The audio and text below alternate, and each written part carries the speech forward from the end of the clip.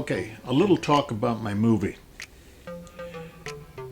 Let's get serious about this. The movie I'm shooting is not going anywhere. You got it? I mean, I am an unknown. I am untalented. I have no connections to get this movie picked up by a studio whatsoever.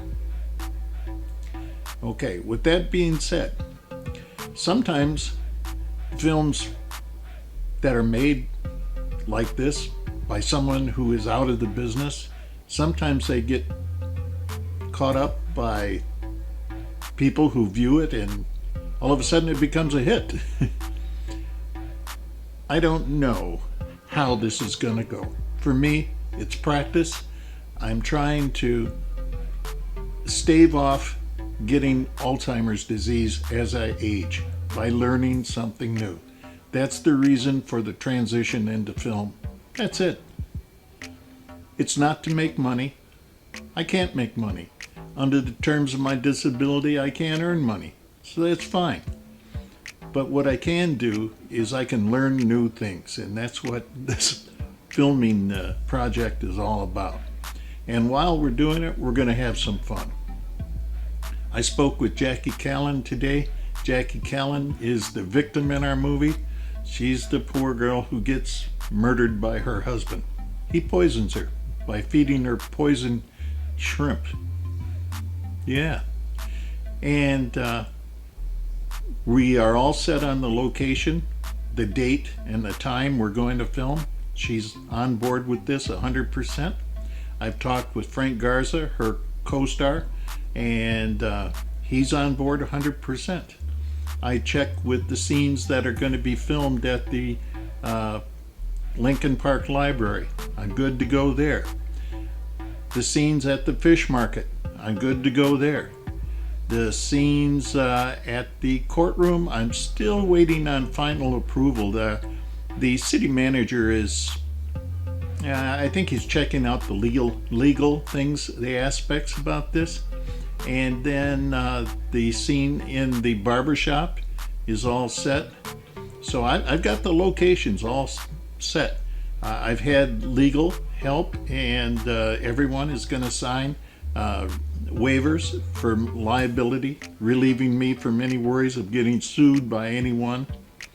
I have permission slips that are going to be signed by each of the location places, and that way we're good to go there. I have some wardrobe. I've got a police officer's shirt with a fake badge, and I've got a police officer's hat. And we are going to have a gun on the set. The police officer is going to have a clip-on 38 on his hip, but it will not be loaded. I can guarantee you that because it's my gun. It will not be loaded. Now, I'm not telling anybody what caliber it is, so they can't bring ammunition to put into it. All right. The other police officer is a detective, and she is going to wear like a suit, a pantsuit, and then she's going to have a chain with a badge on it. Again, another fake badge. The judge that we're using in this is going to be wearing a judge's robe, and I got that from a costume place. Pretty cheap too, and it's a pretty cheap robe too. But anyway, I got the robe. So I got the police officers covered. I got the robe. One of the last sticky points is the EMS truck. I need an EMS truck from Lincoln Park to pull up in front of the house, go inside, and then remove the body and take it in a stretcher and just pull away from the house. That's all I want. And I've got feelers in with Mike Prinz, the fire chief, but nobody has gotten back to me on that and given me the final okay. So anyway, the film is about a man, Jimmy Potts, who hates his wife, and she hates him. but they don't get married. I mean, they don't get divorced because it costs them financially too much. It's a pain. Then one day, Jimmy's at the barber shop and he reads an article where it says, "Man murders wife, flees to Belize, gets away with murder." That is the genesis of the idea in Jimmy Potts' head that he wants to kill his wife. But the dilemma is how to do it. He doesn't want to stab her. He doesn't want to shoot her. How can he do it? So he goes to the library and he asks the librarian, "Do you have any books on murder? How to murder and murder someone and get away with it?" He says, "Oh yeah, we get that request all the time. Writers come in here and they ask for this book, and yeah, let me check and see if it's there." He checks his computer and he says, "Yeah, it's here. Okay, let's go over." So he takes him over to the bookshelf. They pull down the book, and then Jimmy sits down reading it. Okay? One of the best reasons he finds is poison. Yeah. And he finds one that is exactly what he needs. It's a poison called strychnine. I totally made that name up. Sounds pretty good. Sounds like a poison. Anyway, he reads that if you take shellfish and you put them in the root system, in with the root system of indoor houseplants, that poison from the houseplants will get into the shellfish. So if you leave it 24 hours, the next day when you take them out, you squeeze the juice from them onto some more food. Your victim eats it and they die. They don't convulse, they don't choke, they're in no pain, they just slump over and die. Their heart stops. This is the key to our murder. Because after she dies, he calls the EMS to come by, and of course the EMS call the police because the police have to make sure that it's not a crime scene. They check the package from the seafood place, the fishmongers that sold it to her, and they find out where it was from. There is no hint that there's any foul play. And they say, "Okay, EMS, take her over to the hospital for the pronouncement of death."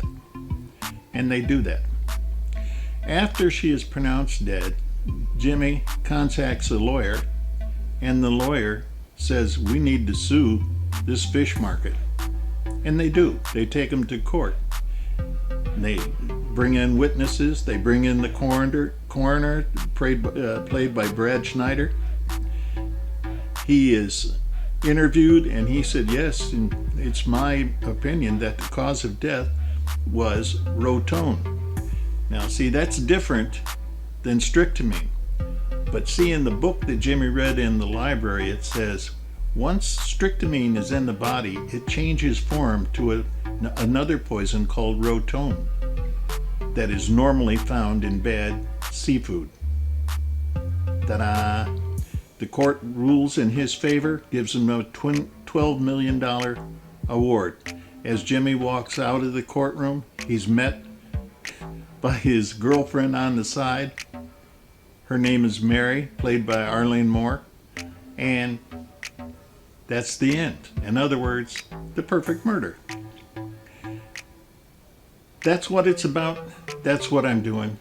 And I hope you guys like it when the finished product comes out.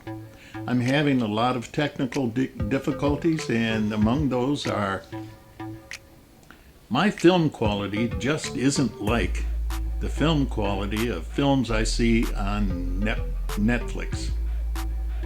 I mean, it's pretty good, but it's not real good. I'm having trouble with that. I've worked on the sound. I'm getting pretty good. I use a sound recorder and a shotgun recorder as backup. I can process those in my movie editors. So I got sound pretty much done. I've got some soundtracks that I'm going to play throughout the movie, and they are all royalty free. In other words, I don't have to pay for them. It's free use. Okay, so we have sound, lights. Well, I'm working on that, as you can see. Sound, lights, soundtracks, locations, and I have a script, a screenplay. I had to learn how to write a screenplay too, all by myself. There's no teenager here. There is no junior college classroom. It's just me learning. All right. So what you see is what you get, and I hope you enjoy it. But that's what this is all about. We'll see you later. This is Mophoto Detroit, aka Dennis Mosley, saying good evening. Bye bye.